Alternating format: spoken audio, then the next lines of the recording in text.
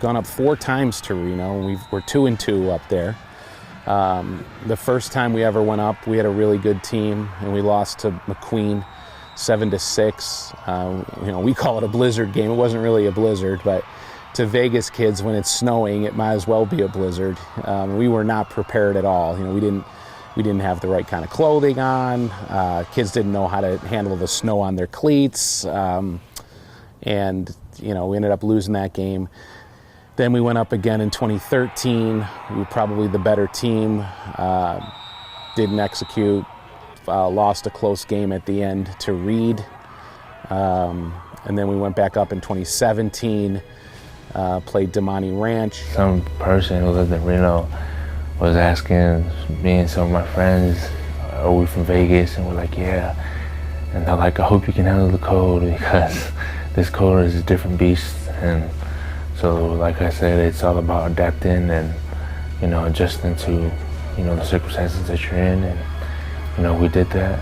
We prepared for it all week. We went shirtless under our pads at practice. We went just shorts and underwear at practice, just to prepare for this moment, because we knew it would be worse in Reno than it is over here in Vegas. It was cold, snowing. They were shoveling snow off the fields before our game. So I was really worried about that, because the majority of these kids have never played in snow. They've played in somewhat cold weather, but not when it's below freezing. And, we tried to explain to them, it's different when you play in cold weather. You get hit, your bones ache. Hats off to those kids up there. It's insane that they can play in that. It was a tough game. Bishop Minogue was a very good team. They gave us everything we could handle. We were losing at halftime. Totally different Coach MURACO at halftime of Bishop Minogue versus Bishop Gorman. Bishop Gorman, I was more calm, reassuring. Halftime of Bishop Minogue, I was mad. I was angry. And, I let him have it. And I was like, if that's what you want to hang your legacy on, is beating Bishop Gorman and not winning a state championship, then keep playing the way we're playing, and that's what's going to happen at the end of this game. They responded. We came out, played a great second half, and pulled away in that game late in the fourth quarter. We kind of wore them down. Our size and our depth definitely played a factor in that game. Mentality going into that game was we already did something unbelievable. Wasn't our best game, but we ended up making it possible to win. We were down at halftime, but we knew we've been in situations like this going in. We were 0-5 at one point, and so we knew what to do to face adversity. We were down during the Gorman game, and so we knew it was possible to come back. So our defense stepped up their game, our offense stepped up their game. And just like the Gorman game, they wanted it, we wanted it, but we just wanted it more.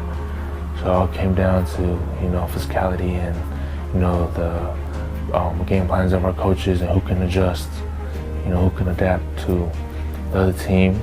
Second half came in, different team. We left the first half out the window, and we said, let's do a different ball game. Started out fresh, and the game went smooth sailing from there.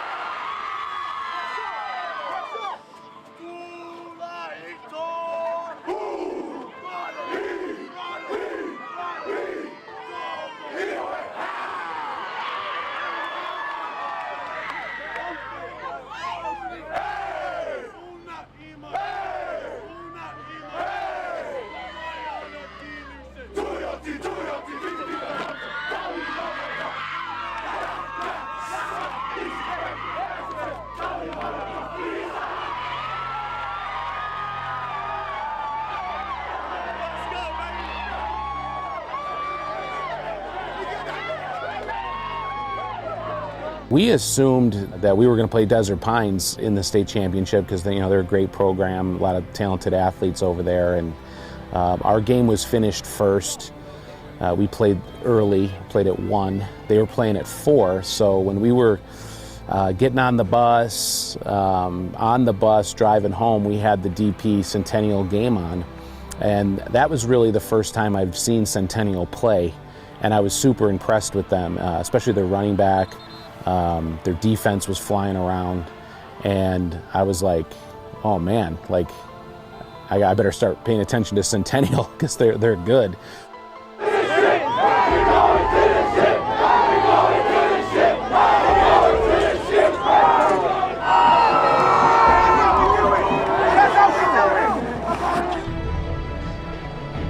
That week we kept our head down and said we're one step away from our goal. And our goal was to win a ring after beating Gorman's. Came in with the mindset of, apply pressure, do our job, execute.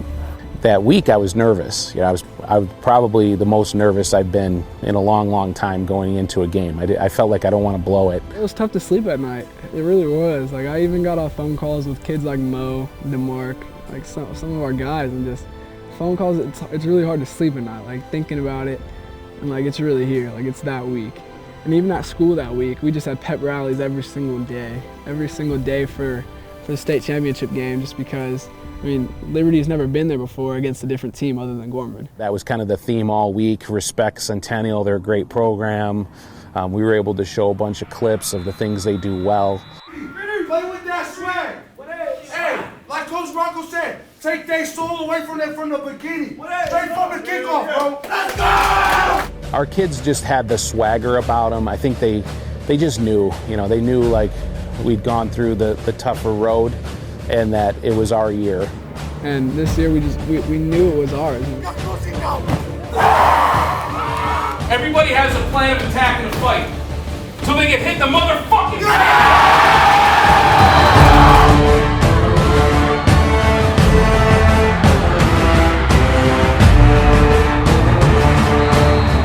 On the third play of the game, I found my guy Corey down the seam on the left side of the field, and I just hit him.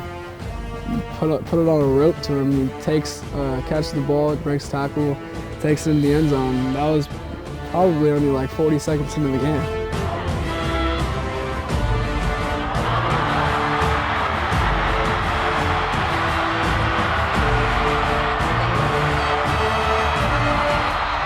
ZYRUS, I believe, took in the next touchdown for us for around 60 yards. That was a real big tone setter for us. We knew we were just going to dominate throughout the rest of the game. It was one last team standing in our way of the first state championship in Liberty history. Jordan Smith, that kid's a good running back.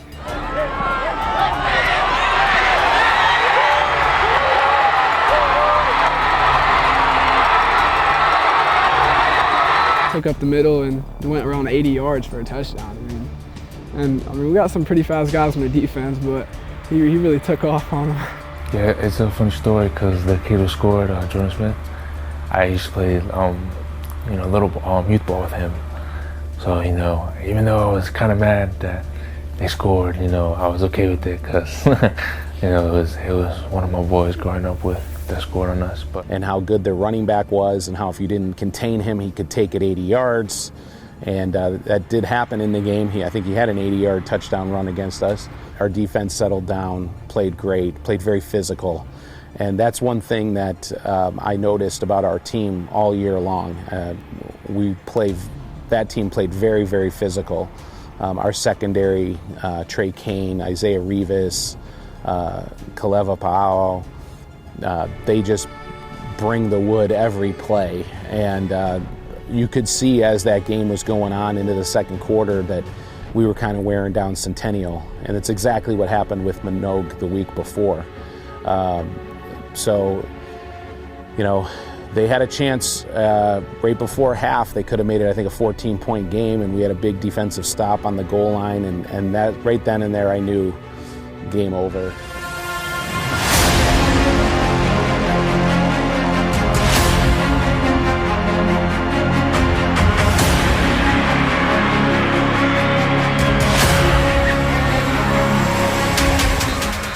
Thankfully, my coaches are calling the right plays at the right time. Like, I have a real big bond with my running backs, basically.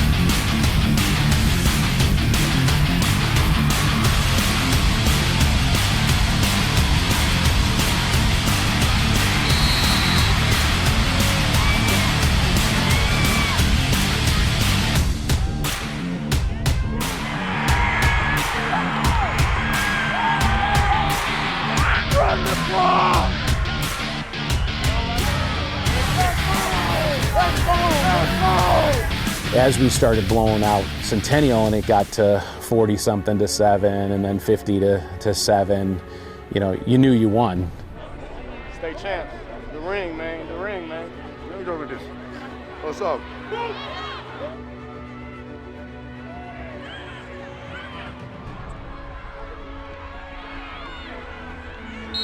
I've been at the school since day one.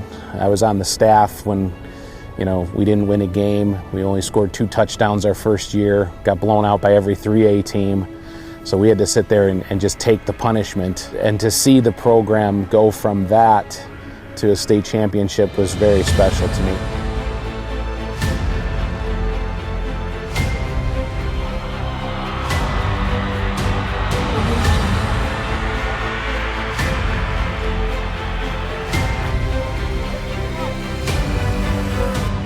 My coordinators have been with me since pretty much my first year as head coach. Chad Capanui's been a great friend and a great coach since 2008, and you know, Kaipo Batoon came on around 2012, and I think that's another reason why we've been able to have so much success.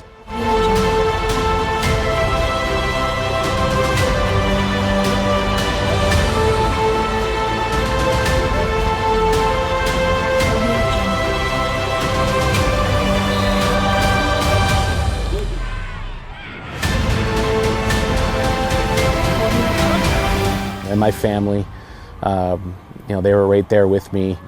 It was great. We celebrated for a long time afterwards.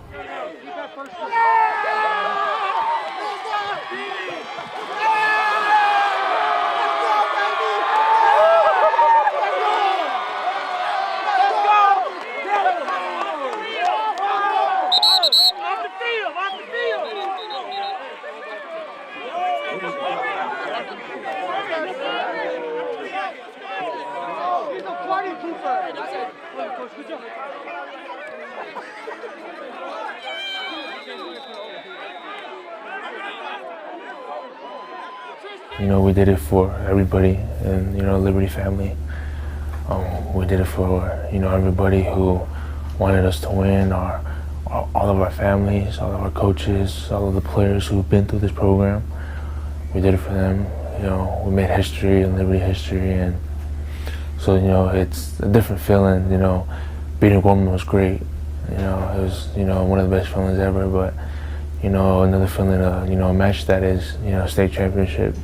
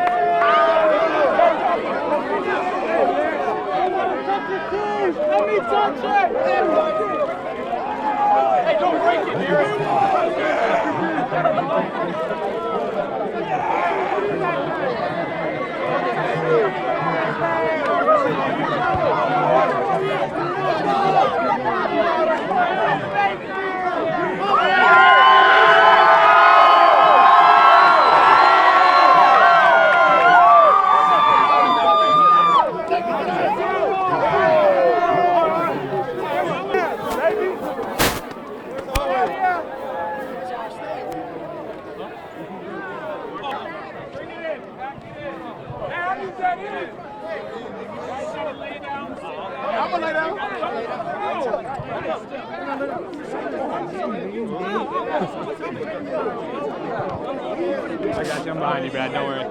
Brownie does no good. We'll move back with the camera. They got to move together.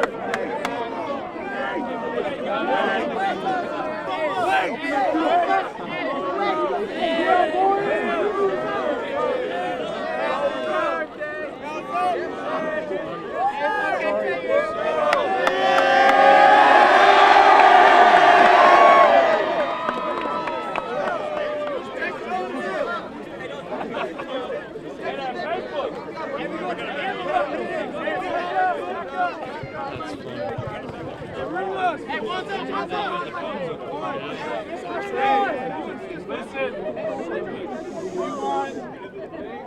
you guys want to take a picture with you and your family and trophy, we can do that.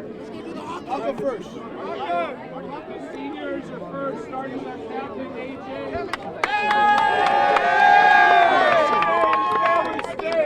Right, they stayed. They were going to move to Texas. They stayed for this moment right here.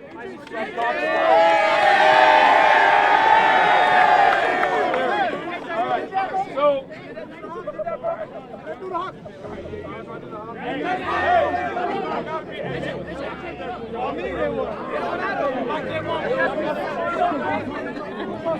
I just want to say, you know, my team, everybody doubted us this season. Our season was, you know, kind of a roller coaster because we started out as 0-5, you know, playing 5 powerhouses in the country. And so a lot of people doubted us, you know. Everyone was saying, you know, we're gonna lose badly to Gorman this year again.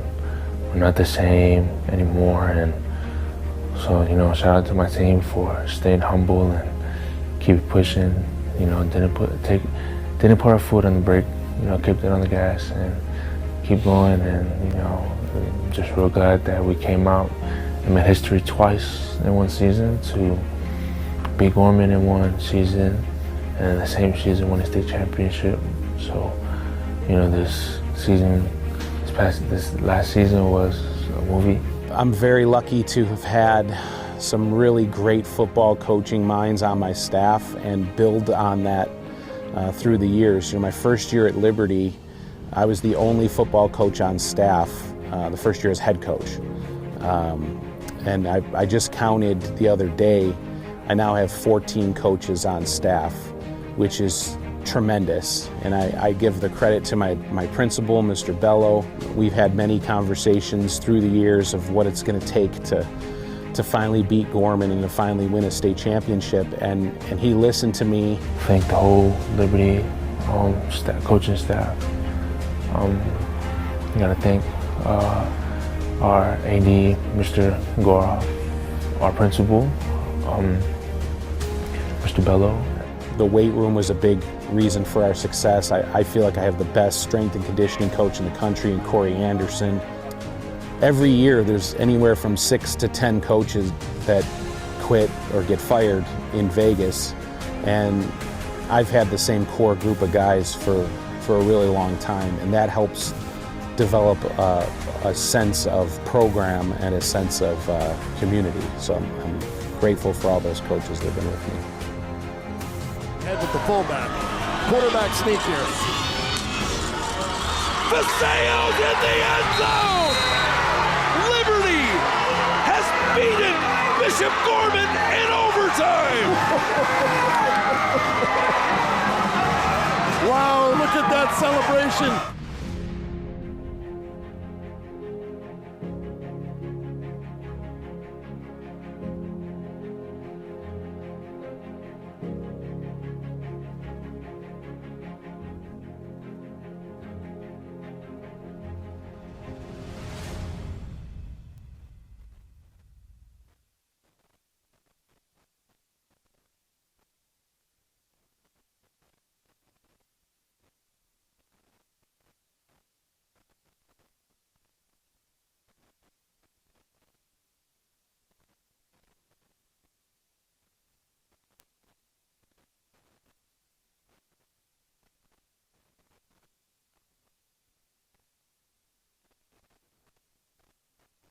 And I mean, I'm staying home. I'm going to stay back here and play my senior season to help those guys that aren't going yet to get there.